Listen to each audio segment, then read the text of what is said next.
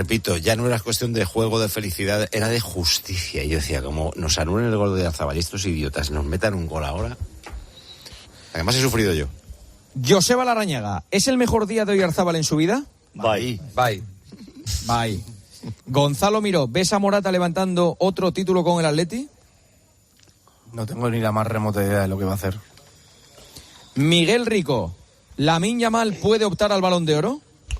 Este año no, pero tiene condiciones para ganar más de uno. Manolo Lama, ¿ha empezado una era como la de 2008? Puede ser. Ahí, mojándose. Mónica Marchante, ¿te has acordado de Luis Enrique esta noche? Sí, porque ganó la Champions en ese estadio, con el Barça. Es que le va Venga a buscar otra, anda. Ahora vuelve, Juanma. Vuelve a por otra. Pero perdona, pero si yo leo lo que me mandan. Bueno, aquí, de las preguntas.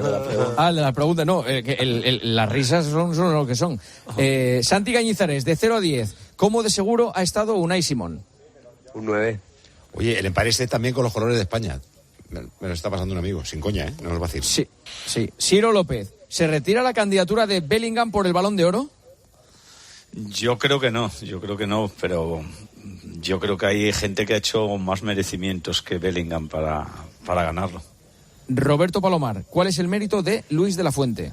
Todo, me parece que es el padre de esta selección. Rubén Martín. Ole. Rubén Martín, ¿cuánto se ha notado? Pensé que estabas probando el micro, pero digo, no, ahora ya a la 1:30 no creo que esté probando. Ole. Ah, vale. Solo si me Rubén Martín, ¿cuánto se ha notado la lesión de Rodri? Nada. Cero. Si se ha lesionado y han marcado. Por suerte muy poco. Efectivamente. Compañeros, desde el Olímpico de Berlín, desde la zona mixta del Olímpico de Berlín, donde ya han salido todos los jugadores de la selección española, os doy las gracias por este tertulión tan feliz, tan alegre que hemos tenido para cerrar una temporada fantástica. Oye, Juanma, que ha sido una temporada muy buena. Programa, Muchas gracias. Una temporada muy buena, pero también muy difícil, como sabéis, porque era una temporada muy exigente a todos los niveles, y sobre todo hoy también nos hemos acordado mucho de Pepe. Todo esto que ha pasado hoy aquí en este estadio, en Wimbledon, en la radio, en su radio, también ha sido siempre con la imagen de Pepe en el cielo, para el que hacemos cada minuto de radio que hagamos de aquí hasta el final de nuestras vidas. Un abrazo a todos. Felices vacaciones a los que se vayan. Adiós. Un abrazo. Eso. Un abrazo. Gracias. Ole. Eso es. Un abrazo. Y gracias a todos los compañeros que han hecho posible esta Eurocopa. Compañeros técnicos, redactores, producción, a todo el mundo. Gracias a todos los que han hecho posible esta Eurocopa. Enseguida cerramos tiempo de juego. Ya saben que mañana la agenda de la Eurocopa tiene una cita muy clara, muy clara, que es la celebración en las calles de Madrid, la celebración de los campeones de Europa. Has escuchado la agenda del día de la Eurocopa con Winamax. Winamax, las mejores cuotas. Señoras, señores, hasta aquí tiempo de juego, hasta aquí el tertulión, hasta aquí horas de programación deportiva desde las 3 de la tarde. Arrancábamos con Wimbledon, Tour de Francia y después especial Eurocopa. Gracias por elegir la cadena COPE, gracias por disfrutar con nosotros. Ha sido un placer, ha sido una temporada preciosa al lado de los mejores oyentes, los de la cadena COPE. Desde Berlín, desde el Estadio Olímpico, muchas gracias por todo. Enhorabuena, campeones. Mañana la cadena COPE durante toda la jornada retransmitirá la fiesta de Alcaraz y de la selección en las calles de Madrid. Buenas noches.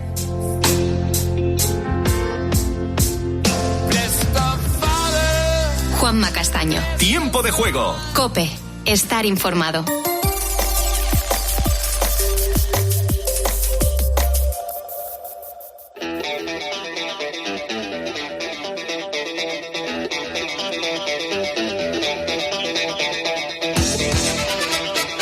Hola, buenas noches. Bienvenidos a la noche de Arjona. Estamos sumergidos en medio del verano. En la realización de este programa está el gran Javier Campos. Por cierto, a partir de esta semana, la Crónica Negra le hemos dado un empujón y la llevamos al final del programa. Porque en el arranque quiero compartir con vosotros conversaciones con gente muy interesante. Como por ejemplo, espérate que nos lo cuentan. Querida Yolanda Guirado, Buenas noches, ¿con quién hablamos hoy? ¿Quién nos acompaña?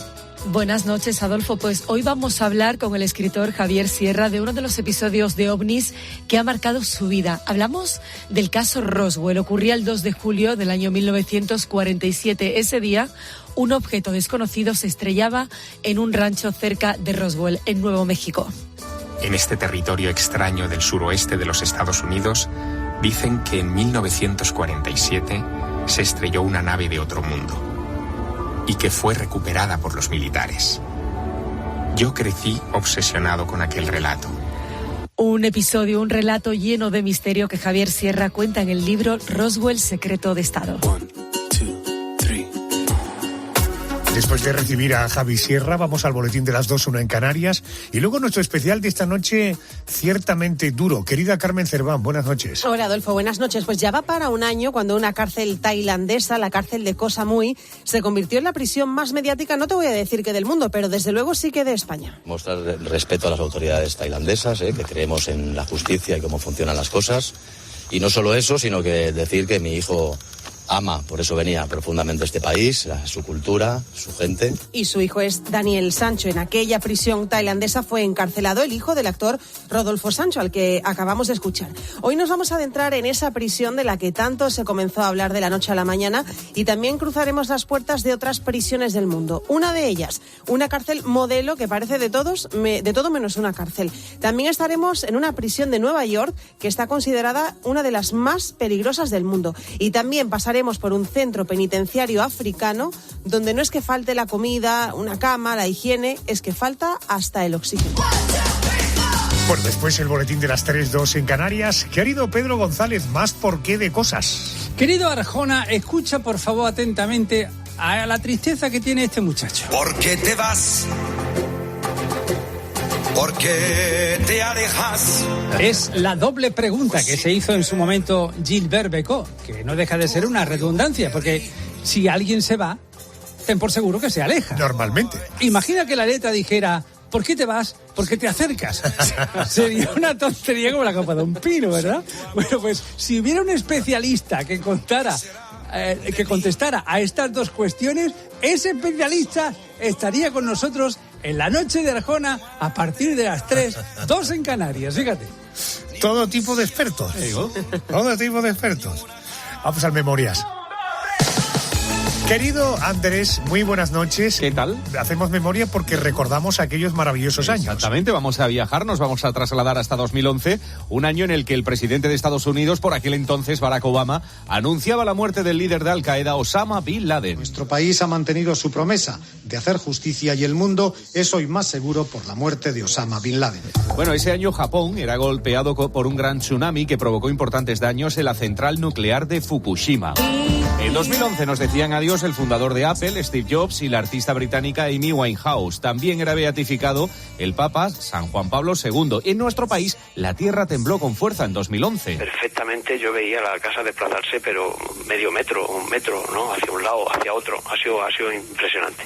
El terremoto de Lorca en Murcia, que causó daños en 24.000 edificaciones, dejó un balance de 9 fallecidos y 300 heridos. Y en Andalucía, en Córdoba, José Bretón asesinaba a sus 2 hijos menores de edad. El niño tiene 2 años, la niña 6. De acuerdo, ¿cómo se llaman? José y Ruth. Y Ruth. ¿Apellidos? Bretón. A la tele de aquel año llegaba el programa Tu cara me suena y la serie El secreto de Puente Viejo, y en los cines triunfaron 2 estrenos nacionales. Por un lado, La piel que habito, y por otro, No habrá paz para los malvados. ¿Puede explicarme qué ocurrió allí? Ahí debe ponerlo. Conteste a la pregunta, por favor. En el transcurso de un operativo se me encasquilló el arma. Al volver a montarlo se disparó. Y en 2011 el artista malagueño Pablo Alborán conseguía el éxito con Solamente tú, el primer sencillo de su álbum debut. Y solamente tú haces que mi alma se despierte con tu luz. Tú y tú y tú y tú y tú y tú y solamente tú haces que mi alma se despierte con tu luz.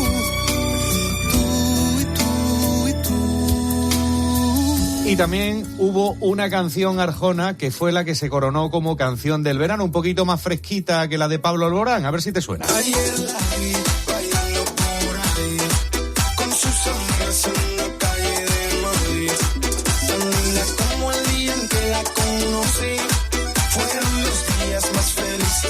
Una compañera del equipo me ha dicho, ya ha pasado tantos años desde Juan Magán bailando por ahí. Pues sí, en 2011 era canción del verano. En aquellos maravillosos años, esta noche, 2011. Bueno, vamos al cierre del programa, te lo decía. Llegan los calores, las apreturas del calor, y nosotros hemos decidido dejarte con una relativa intranquilidad para que puedas dormir tranquilamente o intranquilamente. Eso va por barrios, porque la Crónica Negra la ubicamos, como te decía al principio, al final del programa.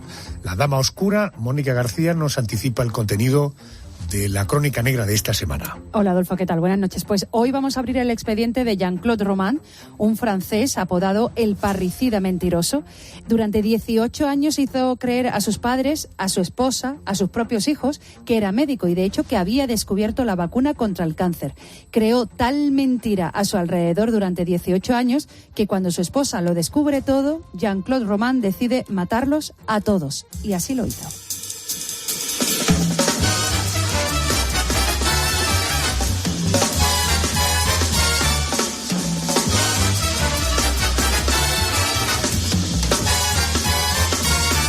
Comenzamos la noche de Arjona en esta edición veraniega. Ya me espera mi primer invitado, Javier Sierra, para hablar de su libro Roswell, Secreto de Estado. Y lo hacemos con la música de Phil Collins.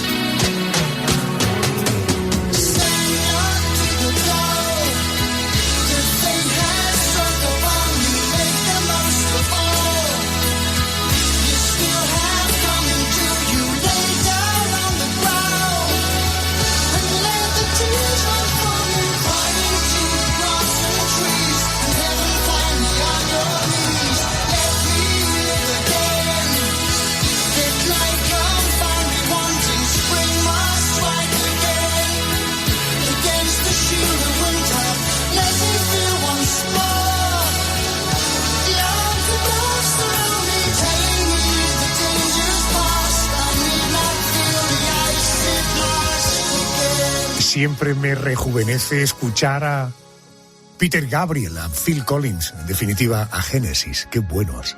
Bueno, sitúate en el mes de julio, pero del año 1947.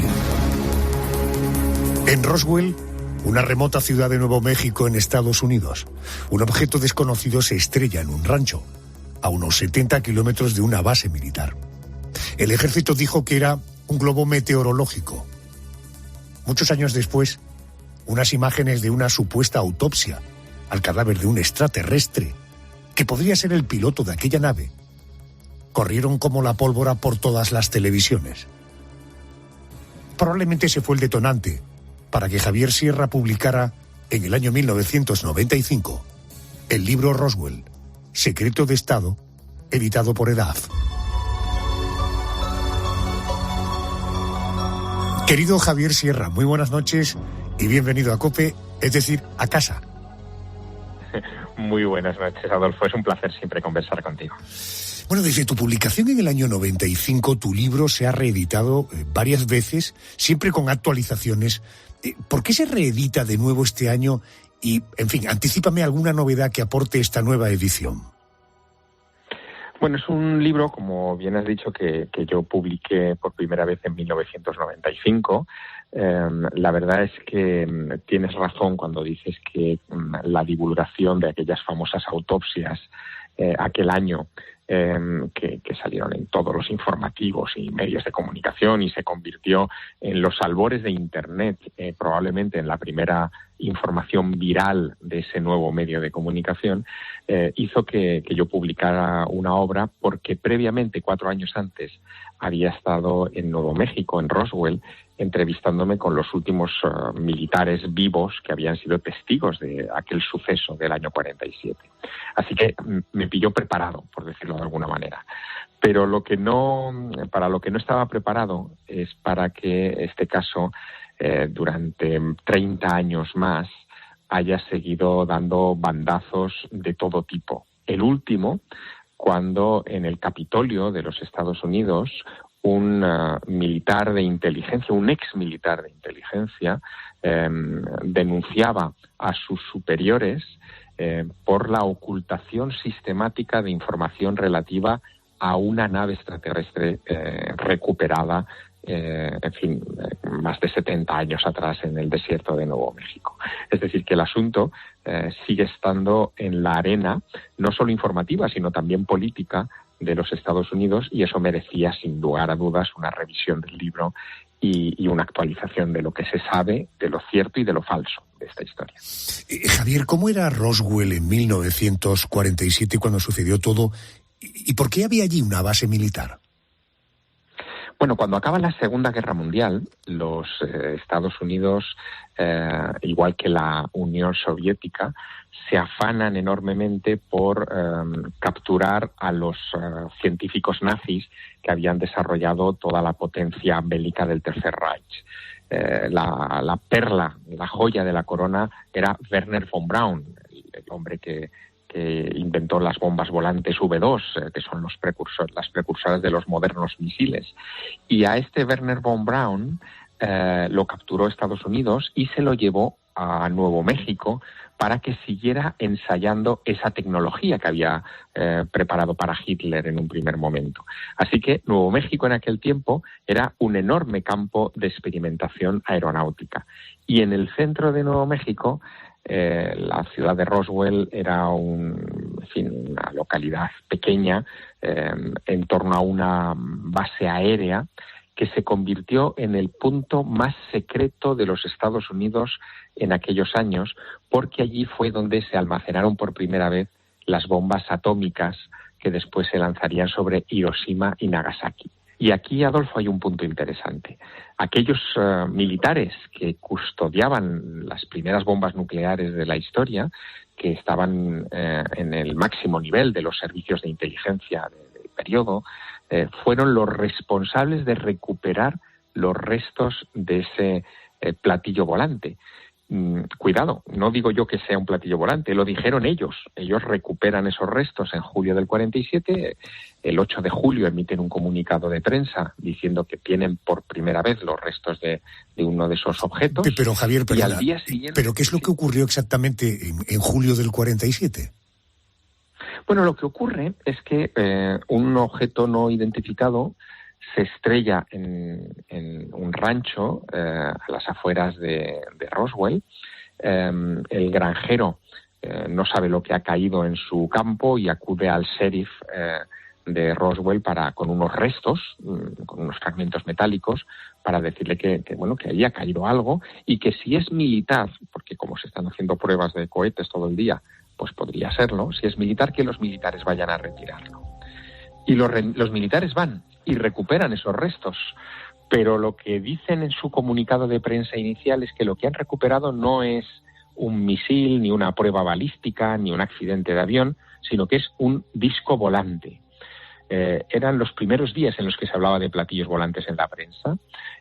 Aquello levanta muchísima conmoción, no solo en Estados Unidos, sino en todo el mundo. Y al cabo de unas horas, los mismos militares que habían dicho que habían recuperado un disco volante salen a la palestra para decir que todo ha sido una lamentable confusión y que en realidad eran los restos de un globo sonda meteorológico. Y con eso dieron carpetazo al caso Roswell durante 30 años. Pero 30 años más tarde, algunos de los militares ya retirados que participaron en las tareas de recuperación de aquel disco empezaron a hacer declaraciones todas en la misma dirección. Aquello no era humano, no lo habían visto jamás. Era de una tecnología que no conocían. El libro se publica en el año 95, pero sin embargo tú en el año 91 decides visitar Roswell, supongo que atraído por todo lo que rodeaba este misterio. Ojo, fíjate que estábamos hablando antes, hace un momento, de julio de 1947. ¿Por qué decides ir a investigar? ¿Qué fue lo que encuentras allí? ¿Cómo era el Javier Sierra del año 91?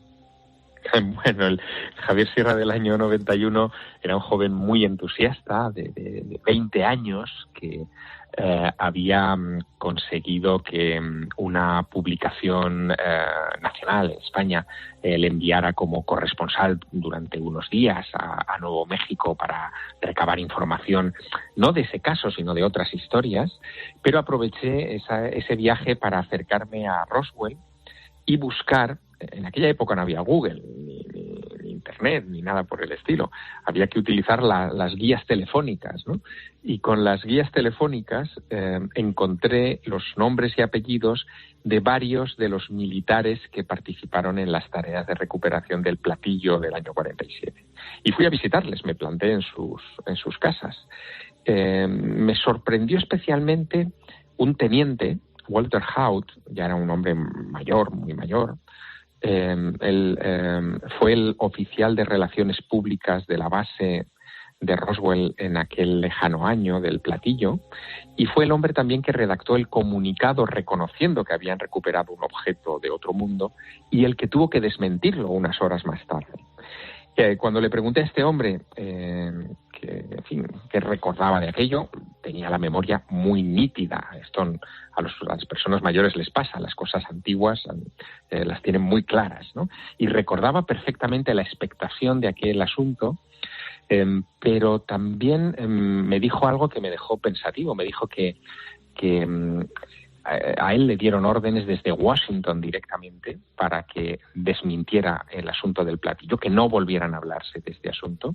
Y cuando le pregunté si él había visto algún resto o cuerpos extraños de pequeños tripulantes, como decían otros militares, él me dijo que no, que él no había visto nada de eso. Pero fíjate, Adolfo, este hombre muere en 2002 y deja en el notario de Roswell una declaración jurada para que se abra en el momento de su fallecimiento. En esa declaración jurada él explica que hizo un juramento en aquella época al gobierno americano que no podía violar, pero que quería dejar constancia para sus nietos y para futuras generaciones de lo que realmente había sucedido en aquellos meses del 47. Y ahí es donde él dice que sí que vio restos de un objeto que no parecía de este mundo, que sí vio restos de al menos 4 cadáveres, en fin, de unas personitas de 1,20 de altura, brazos largos, cabezas extrañas, ojos en fin, con una retina negra que los cubría por completo. En fin, daba una descripción bastante espeluznante, ¿no?, de lo que había visto allí. Y esa información, superpuesta a decenas de testigos directos e indirectos de aquellos sucesos del año 47, dan a entender que lo que recuperó el gobierno de los Estados Unidos no era un globo sonda, desde luego, era otra cosa. En 1995 se publican unas imágenes de una supuesta autopsia a un extraterrestre, que decían que se trataba de uno de los tripulantes de aquella nave que se estrelló en Roswell, y eso te lleva a escribir el libro. ¿Por qué decides hacerlo? ¿Qué te llevó a pensar que esas imágenes podrían ser un fraude? Bueno, en principio yo no pensé que fueran un fraude. Hay que ponernos en situación. En el año 95 estamos a punto de que se cumplan 50 años del caso Roswell. Esa efeméride iba a tener lugar en 1997, 2 años más tarde.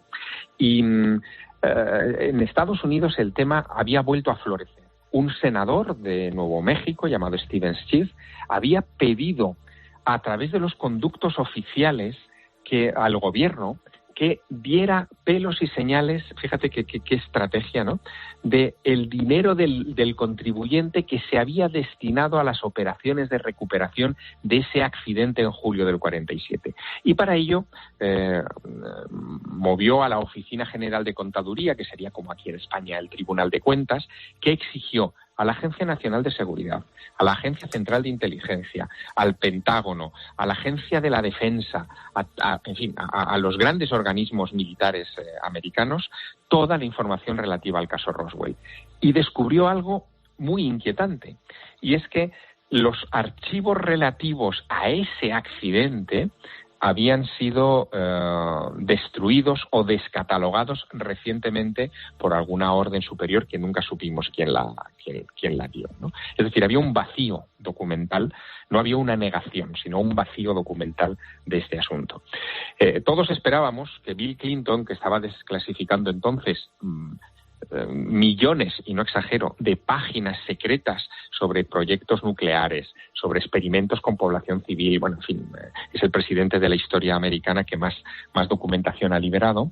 Fuera a liberar también la documentación sobre Roswell. Y en medio de esa esperanza aparecen estas películas, ¿no? Esta filmación de las autopsias, en la que se ve claramente a dos operarios con un cuerpo raro, de aspecto vagamente humano, con un vientre prominente, brazos alargados, 6 dedos, no 4 como decían los testigos de Roswell. En fin, había una serie de discrepancias, pero se vendió a la opinión pública como que era una filmación del caso Roswell. Yo me puse tras la pista, hablé con las personas que habían puesto en circulación esa película, contaban una historia muy rocambolesca sobre el origen de ese material fílmico que invitaba a la sospecha, pero no ha sido hasta recientemente que uno de los que fabricaron la película de esas autopsias, que la falsificó, ha reconocido con todo lujo de detalles cómo se hizo. Y sobre todo, curioso, ha dejado caer que esa filmación formaba parte de una estrategia de intoxicación del caso Roswell. Y esto es lo que preocupa, o lo que me preocupa. Si en aquella época que esperábamos la desclasificación, al aparecer esta película, se desvió la atención del mundo hacia ese documento gráfico que después se ha demostrado espúreo, a lo mejor todo aquello fue una maniobra de intoxicación para que el caso Roswell siga siendo secreto. Wow. Hoy Roswell la califican algunos como la capital mundial de los ovnis, tiene hasta su propio museo. ¿Qué se encuentra en la actualidad en esa ciudad que nos recuerda aquel caso? No sé, ¿se ha transformado todo de una manera para terminar convirtiéndola en una atracción turística, en una simple atracción turística? Pues de alguna manera sí. La base militar se desmanteló, queda el aeropuerto. En ese aeropuerto, curiosamente, está aparcado desde hace muchos años el avión, el jet privado de Elvis Presley, para añadirle todavía más mitología al asunto. Y la ciudad hoy tiene como una de sus principales atracciones ese museo de los ovnis, o ese museo dedicado al caso Roswell, donde lo único que es verdaderamente histórico y real son las portadas de los periódicos de aquellos días de julio del 47. Todo lo demás son dioramas y reconstrucciones. Pero es cierto también que cada mes de julio se celebra allí el Roswell UFO Festival, que es una oportunidad para que miles de personas se acerquen a ese lugar, disfruten de conciertos musicales. Hay muchos grupos en Estados Unidos que cantan canciones de rock y de pop vinculadas con los extraterrestres y que se dan cita allí, y se convierte un poco en el gran carnaval, ¿no?, de los aficionados al tema. Por desgracia, no queda ya nadie vivo de los testigos de aquel incidente, y eso hace que este caso haya entrado en la categoría de mito. Ya no es algo que se pueda reportajear, que se pueda investigar de primera mano, que se puedan recabar testimonios. Ya forma parte de esas cosas del pasado que están en una cápsula lejana a nuestra intervención. Roswell, secreto de Estado. La noticia es que se reedita este año con más páginas, con nueva portada. Lo publica Bouquet, de Editorial Planeta, lo firma el gran Javier Sierra, con el que yo estaría horas y horas y horas hablando, y probablemente nuestras mujeres nos llamarían la atención porque estaríamos enfrascados en estas conversaciones. Como siempre, gracias por tu tiempo. Gracias, Javi. Un placer. Muy buenas noches. Hueles a vainilla, te quiero. Dale, abrázame otro rato. Déjame que soy sincero. Tiene tiempo que yo trato. Si le parece, escuchamos las noticias de las 2, la 1 en Canarias. Venga, luego nos encontramos de nuevo con nuestro especial de esta semana. Hoy cuando me siento vulnerable, dale, abrázame otro rato. Apapáchame la vida entera.